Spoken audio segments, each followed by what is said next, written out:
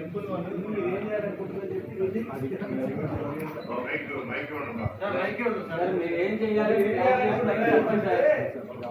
So మేమేం చేయాలో మాకు రిపోర్ట్స్ డిస్కషన్ ఆల్మోస్ట్ 4-5 days చేస్తున్నాము. ఈరోజు కూడా మాట్లాడాము.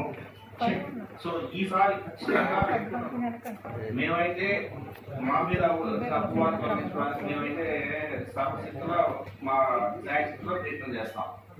సో దానికి మేము ఏమనుకున్నాం అంటే పోలీసు మొత్తం టోటల్ పోలీస్ వ్యవస్థ దర్శనాల్లో ఎవరైనా యూనిఫామ్ పోతేనే పోలీస్ వాళ్ళు యూనిఫామ్ పోతేనే యూనిఫామ్ దర్శనం చేసుకుంటారు. సో ప్రశాంతంగా 500 రూపాయలు 100 రూపాయలు 300 రూపీస్ ఇష్యూ ఉండదు. సో ఇటువంటి పరిస్థితుల్లో యూనిఫామ్ లో దర్శనం చేసుకోవద్దని ఒకటి చెప్పడం జరిగింది.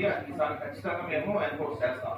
ఎందుకంటే పోలీసు వాటి ఎక్కువ పంపిస్తున్నప్పుడు పోలీస్ యూనిఫామ్ లేకపోతే పోలీస్ ఫ్యామిలీ తెచ్చినా కూడా వదిలే పరిస్థితి ఉండదు యూనిఫామ్ లేకపోతే. సో అది ఒకటి ఈసారి ఖచ్చితంగా చేయాలనుకున్నాము.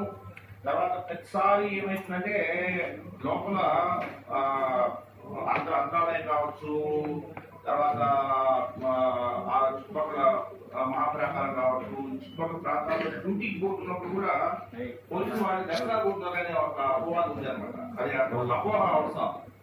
సో దాన్ని కూడా కంట్రోల్ చేయడానికి ఈసారి వేరే రూట్ లో వెళ్దాము. ఎందుకంటే కొత్త మనోభావాన్ని మనం ఎటువంటి పరిస్థితుల్లో పెంచపరచద్దు.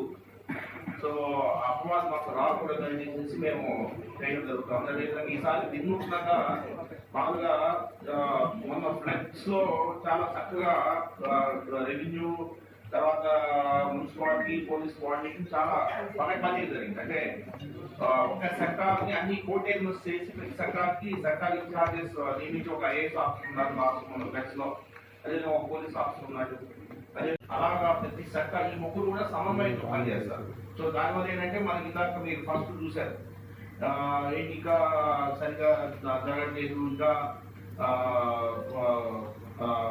లాజిస్టిక్స్ ఇంకా కంప్లీట్ కాలేదు, ఫ్యూల్ కంప్లీట్ కాలేదు, ఇవన్నీ కూడా ఇందాక మీరు చూశారు. అలా కాకుండా ఈసారి అన్ని శాఖలు సమన్వయంతో పనిచేసేసి కొద్దిగా త్వరగా వర్క్ చేయాలని కంప్లీట్ చేయాలనేది ఒకటి నిర్ణయించుకోవడం జరిగింది. తర్వాత సెక్టార్స్ కూడా టైమింగ్స్ కూడా అదే పోలీస్ శాఖ మామూలుగా 3 సెక్టార్స్ 7 to 1 మార్నింగ్ 7 నుంచి మధ్యాహ్నం 1 గంట ఒక సెక్టార్, 1 గంట నుంచి 9 గంటల వరకు 2వ సెక్టారు, మళ్ళీ 9 గంటల రాత్రి 9 గంటల నుంచి మార్నింగ్ 7 వరకు 3వ సెక్టార్.